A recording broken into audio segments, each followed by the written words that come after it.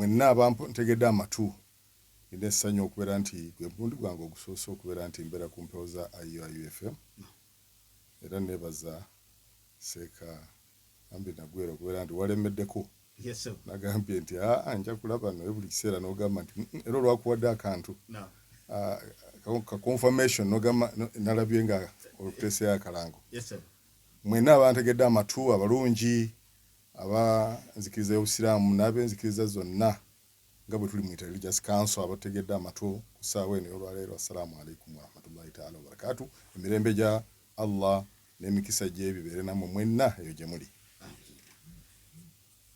Mu bufunze mu dakiika entonotono bwe twogera ku Mufti Mubaje Dr. Shaban Ramathan tuwuliraani?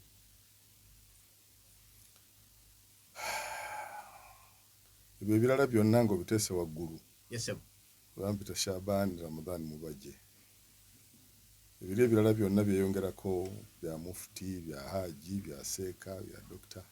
Naye nze bampita Shaban Ramathan Mubaje. Yes, omuweereza wa Allah subhanahu wa ta'ala atalina kyendi wabula ndi muntu nga naawe omuntu antegedde amatu olwaleero. Ebisigadde byonna byeyongerako lwa kyengera kya Allah subhanahu wa ta'ala nti gye tugenda tuyitira gye bye tugenda tukola bye bigenda nga bituteesaako agamanya amalala agataatuweebwa bazadde baffe. Naye nga gennyini Shaban Ramathan Mubaje omuweereza w'obusiraamu oba omupakasi w'abasiraamu kubanga banteege Kampala okukola mirimu gy'abasiraamu si kubeera nti mbeera mukulu wabula kubeera nga nkola. Olunaku lwa leero bintu bingi ebitambula kyenjagadde tusseeko essira akabanga kabadde kawanvu wayingira mu bufuzi onootujjukiza wemba mpabye ennaku z'omwezi nga 12 mwezi gwa Desemba omwaka gwali gwa 2000 paka leero luno bwakyali Mufti wa Uganda. Emabega waneeno twalabye ne tuwulira nga kigambibwa properties z'obusiraamu zaatundibwa. Ettaka ly'Essembabule lyagenda. Twatya nnyo ne tulaba nga obugagga bw'obusiraamu bajjajja baffe bye baakola nga bugenda kuggwaawo. Oluvannyuma lw'okulaba Munnayuganda omu yavaayo ng'agamba nti abanja Uganda Muslim Council obuwumbi obusukka 19. Tugambye nti tulina muntu mulala gwe tuyinza bibuuza bino nga Mufti wa Uganda akyali mulamu nga tusobola omu accessinga. Bannayuganda bangi, Banambaale bangi, abantu b'omuisitaani bangi ababuuza nti nedda Mufti ajja atunnyonnyola ebintu byaffe biri bidda. Neeyanziza nnyo moderator ombuuzizza nti bwe tutunuulira Shaban Ramathan Mubaje mulaba ani? Ngambye nti mulaba muweereza ate muntu wa bulijjo olw'ensonga nti saasookera Kampala kukola mirimu gy'obusiraamu. Nkikakasa bulungi nti Allah bwe yansobozesa neemaliriza okusoma kwange omwaka gwa 1985 najja wano Embaale nembeera nti ntandika okukola emirimu gy'obusiraamu nagitandikira Mbaale wano Embaale era nembeera nentandikawo essomero gwonna mulimanyi Nuru Islamic Institute weeriri nakati olwaleero likyaliko primary secondary era likyasomesa.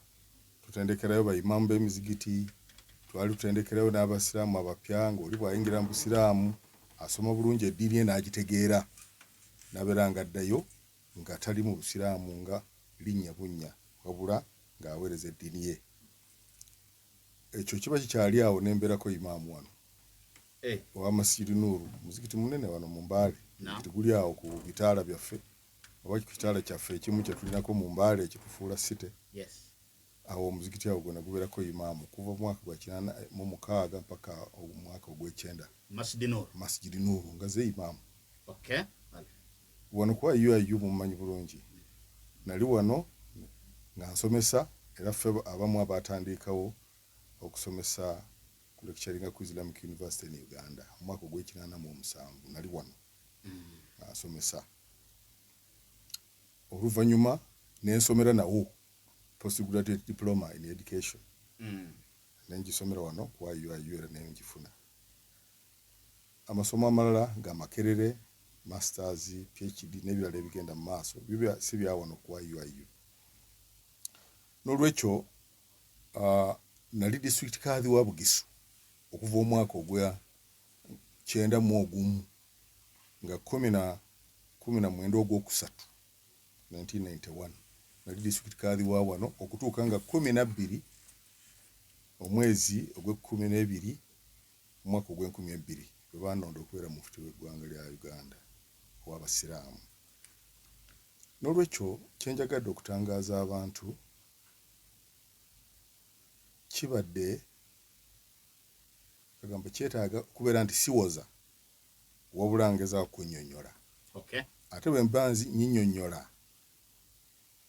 mbasaagala kugenda mu contempt of court wakati we twogerera kati ensonga ezo zikyali mu court tezivangayo yonna enfuufu gye mulaba yonna gye muwulira n'okulonda obukulembeze n'ebirala ebigenda mu maaso nga bw'obyogeddeko biri mu kooti olwekyo nja kubyogerako nga ntambuliza wamu enjogera yange olw'obutayagala kutandika kuwoleza ku radio kuba bwe ntandika okunnyonnyola ate binaaba nnindirira bantu kusalawo nembawako information first hand information kyengenderedde nti emyaka egyo gye mmaze Embaale jampa okulowooza nti waliwo kyensobola okuweereza e Kampala kubanga nali nasanga abasiraamu ba Bugisu nga tebakwatagana mwalimu ebiwayi abavubuka n'abaana abato n'abazeeyi nga tebakwatagana ne tubeera nga tugezaako okubagatta ekizibu ekyali wano mu Bugisu nga bw'owulira omusajja nga bw'alengera omusiraamu ayambadde ekirevu ng'oyo mukyamu teeta akwesembereza ate n'omuzeeyi n'omuvubuka naye bw'alaba omusajja obukulu nga taliiko kirevu ng'atandika kumuvuma ebyo twabikopa kuva Kampala naye bwe twayingira wano mu basiraamu baffe emizigiti gye twalina bayimaamu bonna ne tubateeka mu semina ne tubategeeza obusiraamu bwe buluwa era ne babeera nga abasiraamu basoose kwegattira Mbaale by 1991 okutuuka omwaka ogwa mwaka 91 mpaka mu 2000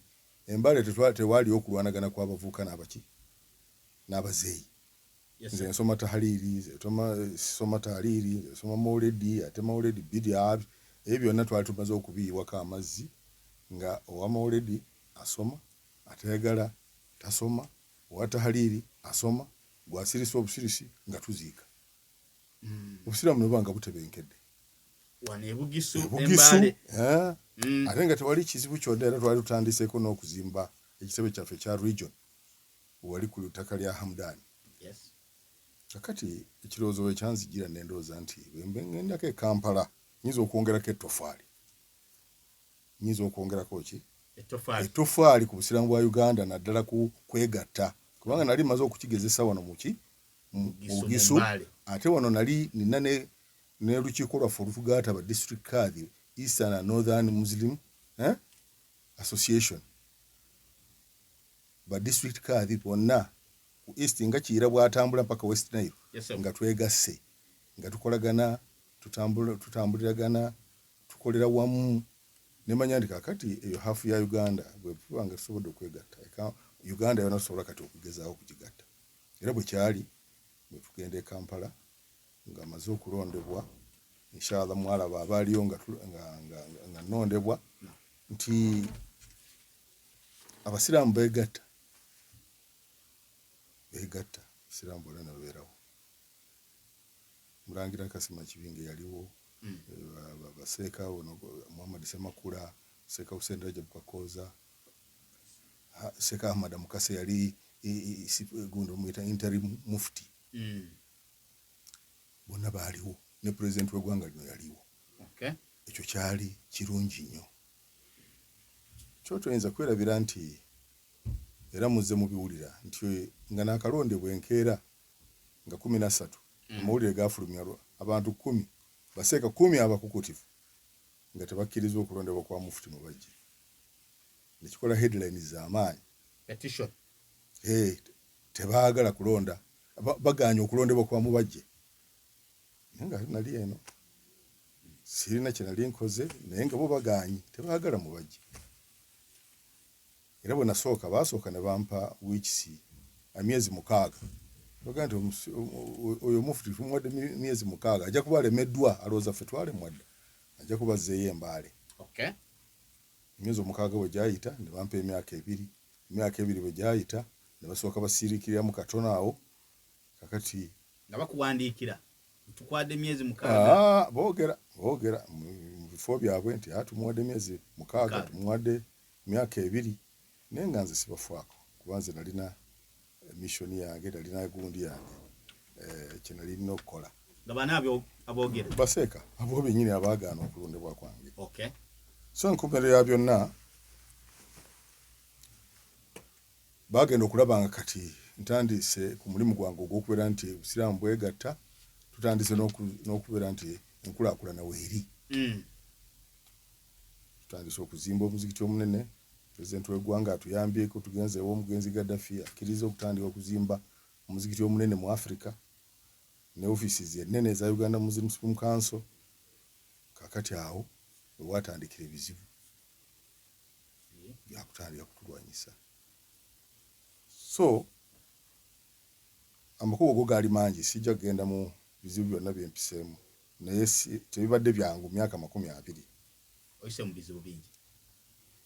Amaggwa mangi naye lwakuba nti Allah subhanahu wa ta'ala ye mubezi waffe era gwe tukulembeza naye nga amaggwa gabadde mangi era gakyali mangi naye tusuubira nti olw'obuyinza bwa Allah gajja kubanga nawe gayitibwamu kuba kati amaggwa bwe gagenda olw'ogatambuliramu ennyo gafumita ennyo omanya n'engatto gy'ogira ki gy'oteeka mu bigere. Tutwale kuli fresh. Kaakati amaggwa okusookera ddala natuuka ku Uganda Muslim Council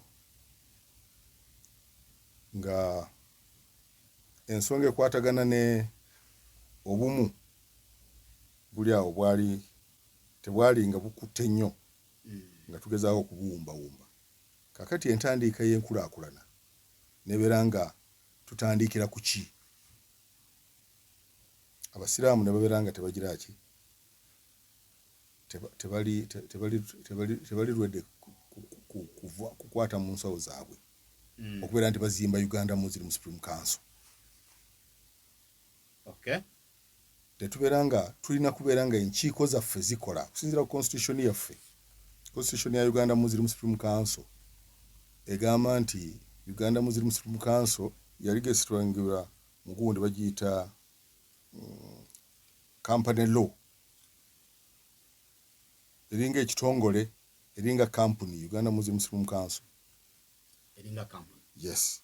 Ebeerako abakulembeze eriko executive eriko general assembly eriko joint session erimu college of sheikhs naye abantu abasinga okubeera nga be balina obuyinza obusookerwako obwa general assembly kuba general assembly parliament y'Obusiraamu era ekiikirirwa buli districts za Uganda.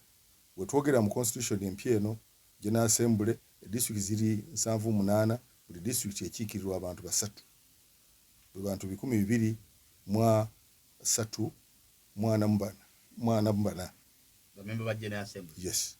Kakati bw'oteekako abakyala abakiika region 10 bali bakyala 10 olukiiko lw'abavubuka nabo 10 nabeera abantu 264 toto ya membership ya general assembly 264.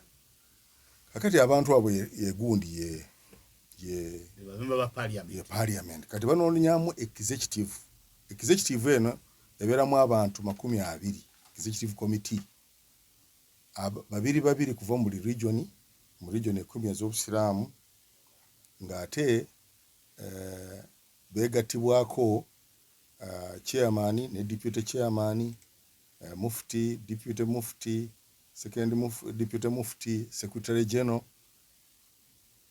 ne babeera nga bakola executive committee bantu 26. Kakati yesalawo ku nsonga z'obusiraamu zonna executive nebuulira neyanjulira ki General Assembly. Management weerinze gyenkulembera yo etandika ku biteeso n'ebiteesaako oluvannyuma n'ebitwaliraani yebuuzibwa ku day-to-day affairs of the council. Emirimu gya buli lunaku management eyerimu secretariats kumpi management erimu abantu nga 20 bitongole bya Supreme Council. So kyenjagadde okwogera nga tugenda ku kibuuzo ky'ombuuzizza. Yes sir. Nti bwe ntuuka ku Supreme Council abasiraamu beegasse tubagamba muleete ssente tewali, teri musiraamu akwata mu nsawo, era n'okutuusa olwaleero oyinza okwesanga nga abasiraamu tewali ssente gye basasula nti eno yakuzimba busiraamu oba okulaakulanya obusiraamu. Constitution yaffe yakiteekamu nti executive committee ejja kuteekangawo omutemwa ogusasulirwa buli musiraamu buli mwaka olw'okuzimba obusiraamu. Emyaka 2 egiyise twateekawo omutemwa gwa siringisi 2,000 buli musajja buli mwaka. Omukyala siringisi 1,000 buli mwaka omusiraamu. Yes. Omwana siringisi 5 buli mwaka. Kakati singa kugamba mu myaka gino bukyambeera Kampala mukadde. Yes sir. Tusobola okufunayo miliyoni eziwera 5 oba 10 ezaava mu nsawo y'eddiini mba nkulimbye. Era abasiraamu abali ebweru abampuliriza bw'oba olinayo risiiti yo nga wakasasula emitwalo egiwera 2 ng'ojja nja kukuwa ekirabo ky'amaanyi kuba onooba muntu w'amaanyi nnyo eyakasasulira ku Supreme Council ensawo y'eddiini ng'osasudde emitwalo egy'ebiri. Okay. Kakati waliwo kye twali tulina okukola. Constitution eno nga bwe ngambye nti Supreme Council yali gyesalingibwa under company law. Esobola okugula, esobola okutunda, esobola okupangisa, esobola okwewola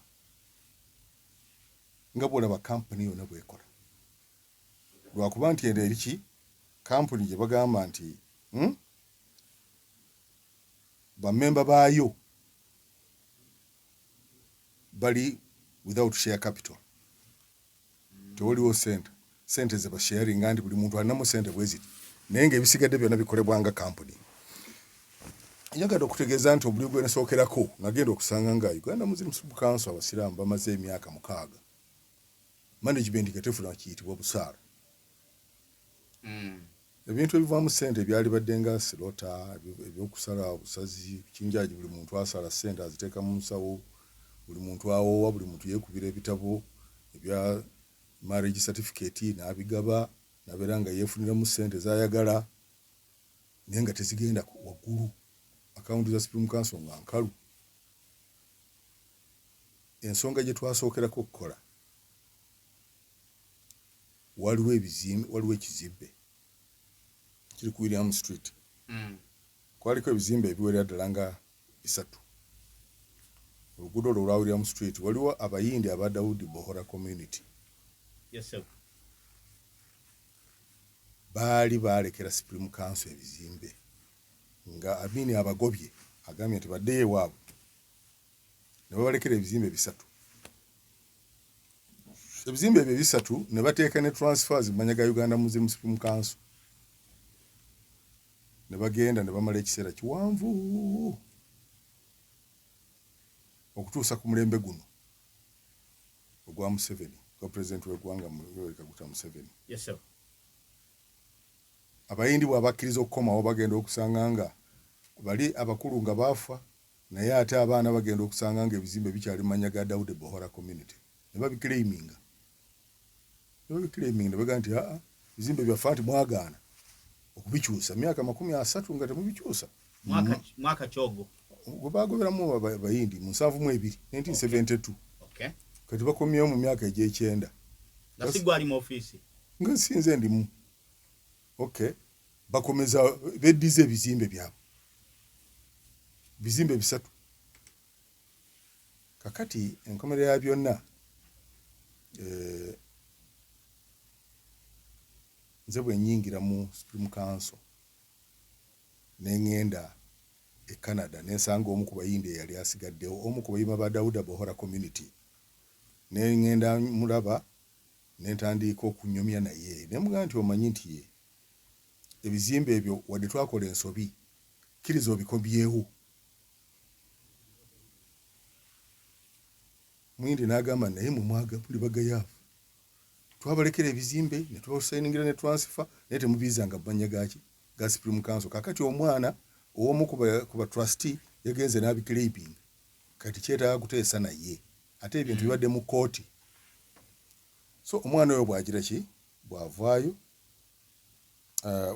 bwakwata ebintu ebyo nagenda negeeri omuyindi oyo bamuyita Hussein Hamdan yali myaka nga aweza myaka 9 nengende Toronto ngenda njogera naye nemukkirizisa najja Uganda n'atuwa ploti emu ploti 30 kati awole muzikiti gwa William Street n'endagaano ye n'engeri gye yatusayiningira ng'atukwasa ploti 30 eyo bw'amala okujja kutukwasa yali ebulako emyaka 5 eggweko liizi yaako okutuusa nze namugamba nti kakati nti ye gwe weebale kaswago otuwadde ploti endala 2 endala n'agirekera omwana endala ye kennyini n'agyetundira n'addayo e Canada n'agamba nti agenda kuteeka mu kibiina kyabwe kubanga ffe twagayaala n'atuwaako eyo ploti eyo bwe tukwata ne tugiwa eyali chairman mu kiseera ekyo eyali deputy chairman waffe Haji Hassan Basajja balaba ne tumugamba ntuddize property eno bujja sasula liizi ogize obupya otandike okuyambako okubeera nga odevelopinga ploti eyo kumala emyaka 30. Yes sir. Oluvannyuma lw'emyaka 3 ploti eyo tuddire naye nga mu ssente nga tukuwa ploti eyo gwe tuzimbiremu amaduuka amaduuka ago tugazimbyewa ge twazimba awo agali ku Old Kampala n'akkiriza n'atandika okuzimba amaduuka ago. Ensobi gye yakola naye property ate yagenda n'agitunda. Bwe tumubuuza n'agamba nti nze natunze liizi yange naye nga in actual sense bw'ogenda okwetegereza yali amaze oli okumuwa nga tateeseeko myaka obula tukoze transfer ya property. Kakati awo ekizibu ekintu ekyo nga kimaze okuyisibwa executive committee tulina ebiteeso ebyayise ekintu ekyo ne basayininga nti yes property eyo nga bwali deputy chairman waffe bagimuwe agize obupya agidevelopinge ffe tufunemu property endala. Yes sir. Kakati property eyo abasiraamu bwe baawulira ekintu ekyo bagamba Mubaje yatunze era omwaka okuva mwaka 2006 mpaka 2008 twali mu kooti. Yes sir.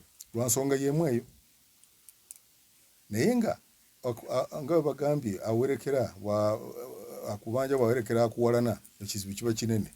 Kakati ekyo ne kikwatiramu abaali bampadde emyaka 2 emyezi 6 ne bagamba kakati naye nga mu butuufu Sinze nsalawo ku bintu bya Supreme Council executive committee yesalawo tewali kyakolebwa okujjako nga kiriko resolution oba ekipiteeso ebyenkiiko.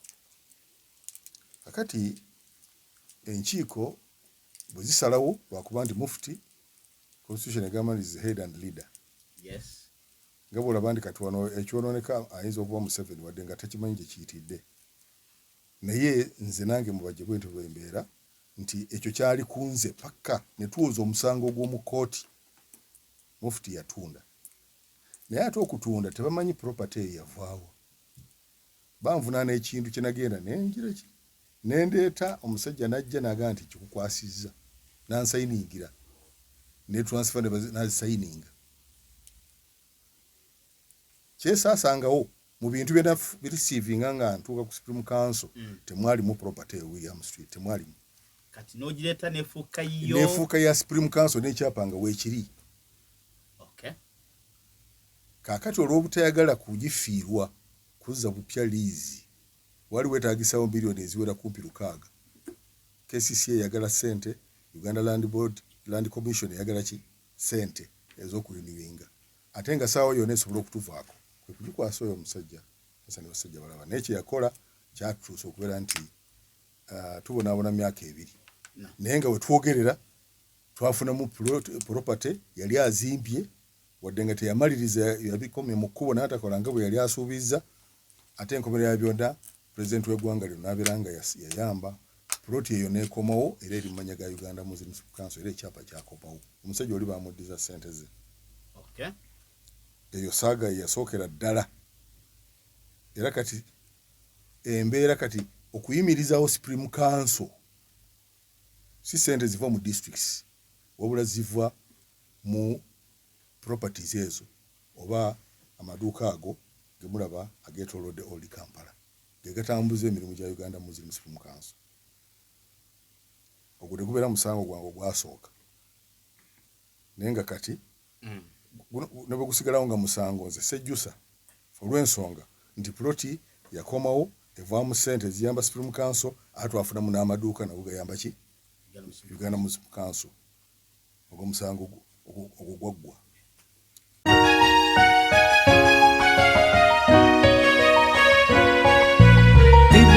Islamic Media. Islamic Media.